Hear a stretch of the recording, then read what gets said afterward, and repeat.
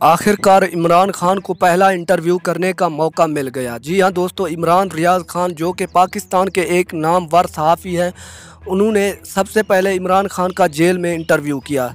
इस इंटरव्यू में इमरान खान ने बहुत सी अहम बातें बताई। सबसे पहले आपको ये बताते चलें कि इमरान खान ने कहा कि मैं इन चोरों को सड़कों पर घसीटूंगा। अभी मुझे मौका नहीं मिल रहा क्योंकि मुझे बांध कर रखा गया है, और मैं इस बात की भी गारंटी देता हूँ कि पाकिस्तान में इन चोरों में से कोई भी ज़िंदा नहीं बचेगा। इसके अलावा इमरान खान ने कहा कि मुझे जिसने भी जेल भेजा है मैं उसको भी इंसाफ के कटहरे में खड़ा करूंगा और बहुत सख्त सज़ा दिलवाऊंगा। इसके अलावा कहा गया कि पाकिस्तान में जितनी भी महंगाई हो रही है ये इस वक्त पीडीएम की वजह से हो रही है।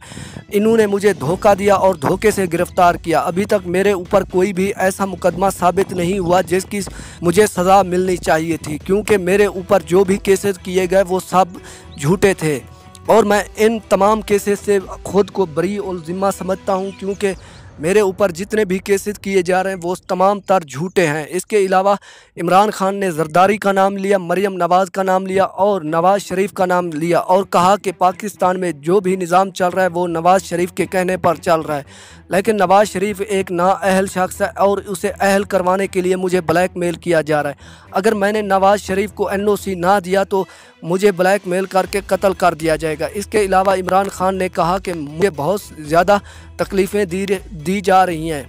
इमरान रियाज खान ने ये इंटरव्यू किया और इमरान रियाज खान ने तमाम तर तफसीलात अवाम से आगाह की। Thanks for watching. अल्लाह हाफिज़।